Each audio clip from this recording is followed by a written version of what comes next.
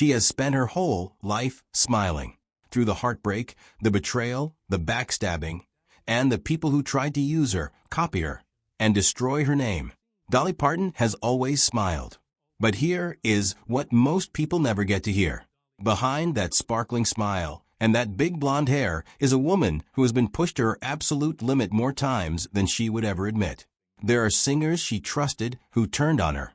There are people she called friends who later dragged her name through the mud. And there are moments so painful that even decades later, Dolly could barely talk about them without her voice cracking. Today, we are pulling back the curtain on the real Dolly Parton. Not the one you see waving from the stage at Dollywood. Not the one handing out free books to children or laughing on talk shows. We are talking about the Dolly who had to fight for everything she had. The Dolly who stood in rooms full of powerful men and said no. The Dolly who got sued, mocked, humiliated, and stabbed in the back by some of the biggest names in music history. And she still came out on top every single time. These are the 5 singers Dolly Parton could not stand. One of them tried to steal the most important song she ever wrote.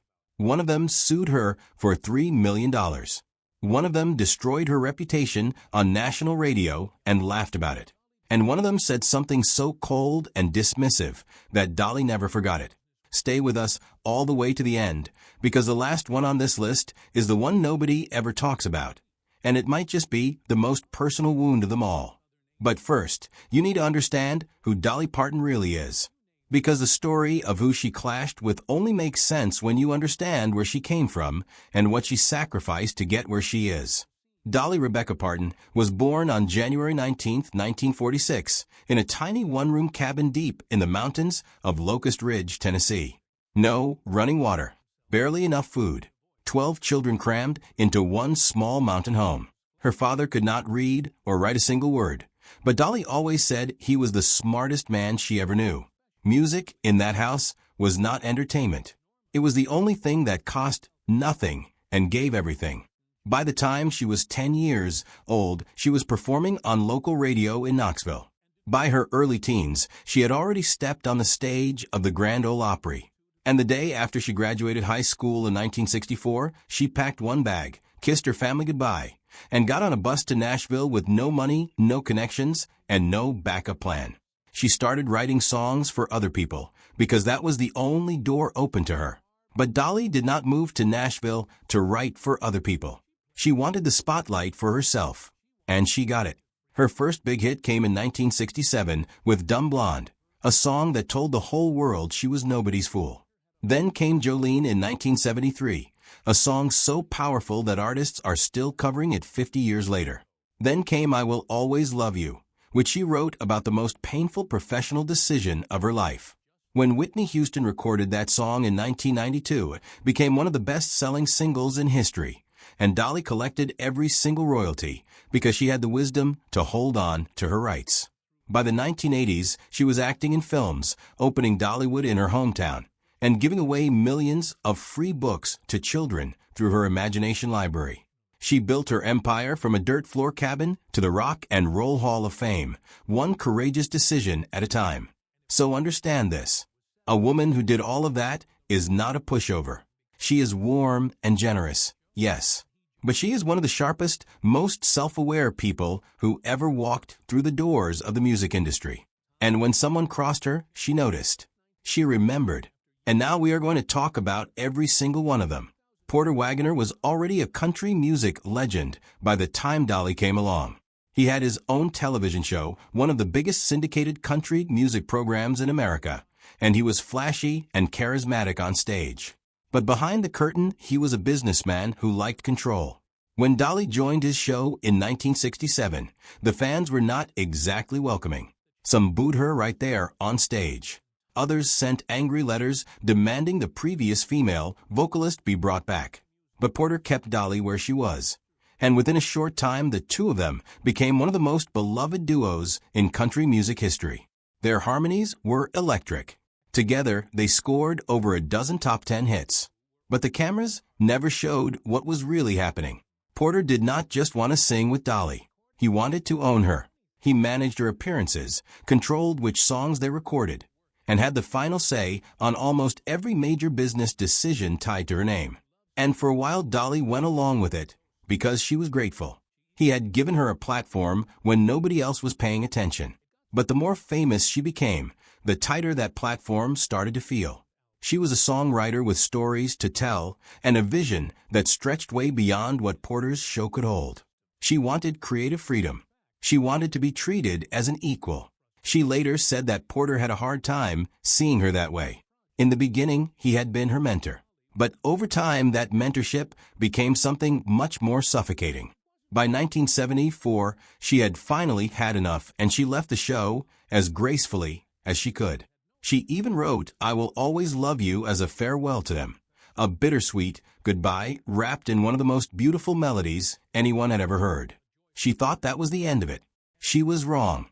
In 1979, 5 years after she walked away, Porter came back with lawyers. He sued her for $3 million, claiming she had broken their contract and owed him management fees and a cut of her income. Dolly was devastated. This was not just a business dispute. This was a man she had trusted using the legal system as a weapon against her. She settled out of court because she said she just wanted to be free, not to fight. But the wound left behind took years to heal. Slowly, things changed. In 2002, Dolly stood on stage and inducted Porter Wagoner into the Country Music Hall of Fame and spoke about what he meant to her through all the pain. When he was hospitalized with lung cancer in 2007, she reportedly visited him. Just weeks later, he passed away. Dolly held a tribute concert at Dollywood, not for the press or the cameras, but for the man who had been part of her story, even the painful chapters. Now we move to a name that surprises people every time, because on the surface these two women seemed like the perfect musical partnership. Linda Ronstadt was one of the biggest female voices in music during the 1970s and 1980s, bold and powerful and deeply serious about her craft. Emmylou Harris was the quiet force who could harmonize with anyone. Together with Dolly, they created a collaboration fans had been dreaming about for years. Their album trio, released in 1987, was everything people hoped for. It went platinum, topped the country charts, and won a Grammy Award. But the road to making that record was anything but peaceful. Dolly had a fast and instinctive way of working. She would walk in, feel the song, nail it in 1 or 2 takes, and be ready to move on. Linda was a perfectionist who would spend hours on a single vocal line until it was exactly right. For Dolly, this was almost unbearable. She later described working with Linda as dealing with someone who loved to live in the studio and moved so slowly it drove her completely crazy. Emmylou tried to keep the peace, but the tension between Dolly and Linda simmered beneath the surface, no matter how beautiful the music sounded. When they attempted a second album called Trio 2 in 1994, the problems only got worse. Label disputes and scheduling issues delayed the release for years. The album finally came out in 1999, but by then the damage between them had already been done. Linda gave interviews where she said Dolly was flaky and unreliable, that she would cancel plans at the last minute, show up late, and was more focused on her solo career than on the group. She said Dolly's lack of professionalism had ruined what was supposed to be a joyful musical sisterhood. People close to Dolly said those words hit hard. And while Dolly never fired back publicly, some of those wounds between them never fully closed. Now we come to the one that nearly cost Dolly the most important song she ever wrote. And the name attached to it shocks people every single time. Elvis Presley. In the mid-1970s, Elvis was the most famous performer on the planet.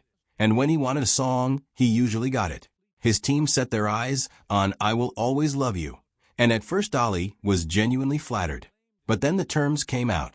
Elvis's manager, Colonel Tom Parker, had a deal he pushed on every songwriter whose work Elvis wanted to record. He demanded 50% of the publishing rights and royalties.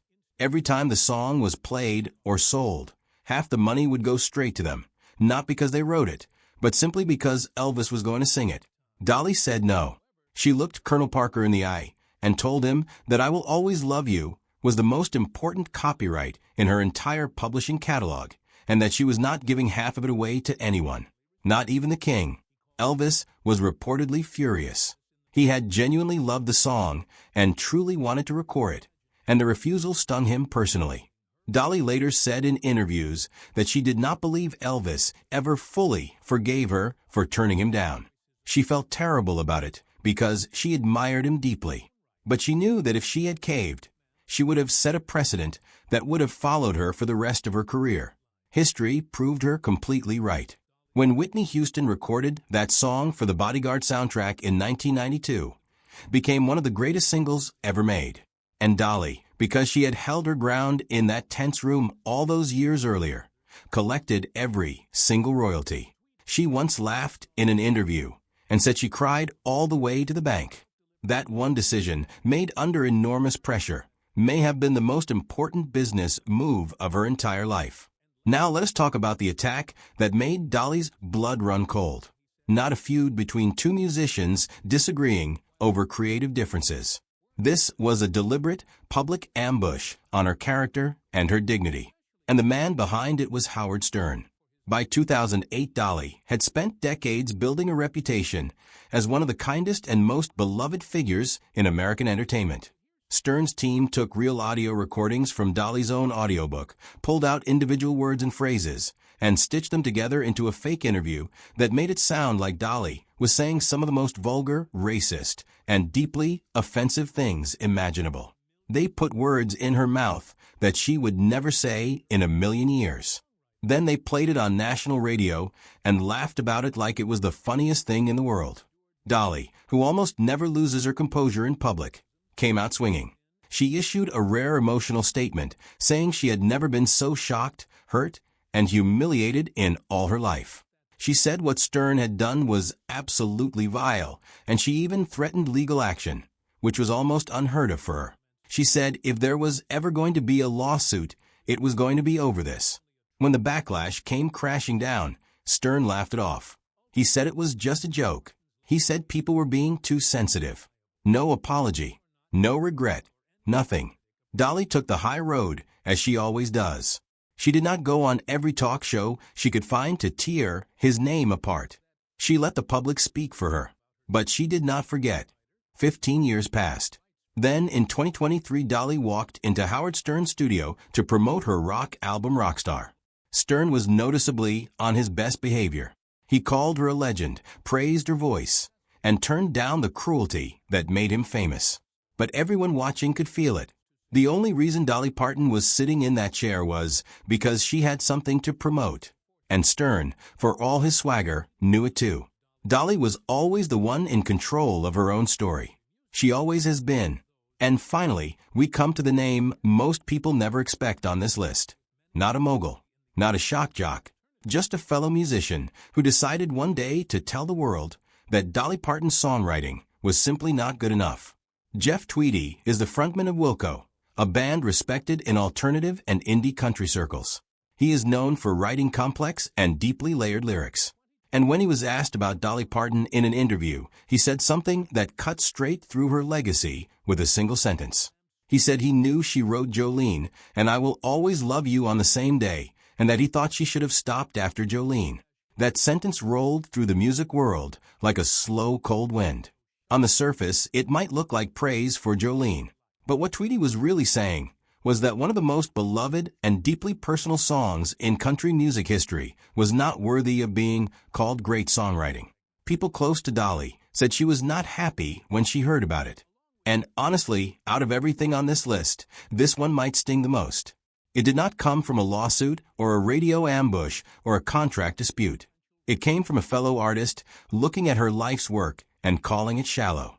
But here is the truth that Tweedy and every critic like him seems to miss. Dolly Parton has written over 3,000 songs. 3,000. Her music has been recorded by artists across every genre. Her stories have made people laugh and cry and feel understood in moments when they needed it most. She did not write shallow songs. She wrote honest ones. And great storytelling always feels simple because that is exactly what makes it great. Dolly has never needed a critic to validate what she knows in her bones. She came from a one-room cabin with no running water, and she rode her way to the Rock and Roll Hall of Fame. She said no to Elvis Presley when the pressure to say yes was enormous. She walked into the studio of the man who humiliated her on national radio and sat across from him with her head held high. She stood on stage and celebrated the man who had sued her for $3 million because she understood that people are complicated and that forgiveness is a form of strength. That is not the story of a woman who writes shallow songs. That is the story of someone who has lived every single word. So the next time someone sees Dolly Parton smiling and thinks they know the whole story, just remember, the smile is real. The warmth is real. The kindness is completely real. But underneath all of that is a backbone made of pure Tennessee steel. And every single person who ever tried to bend it found out exactly what she was made of. Which of these feuds hit you the hardest? Drop your answer in the comments right now because we want to hear what you think. And if you love going deep behind the scenes on the legends who shaped music history, hit that subscribe button because we tell these stories every single week. See you in the next one.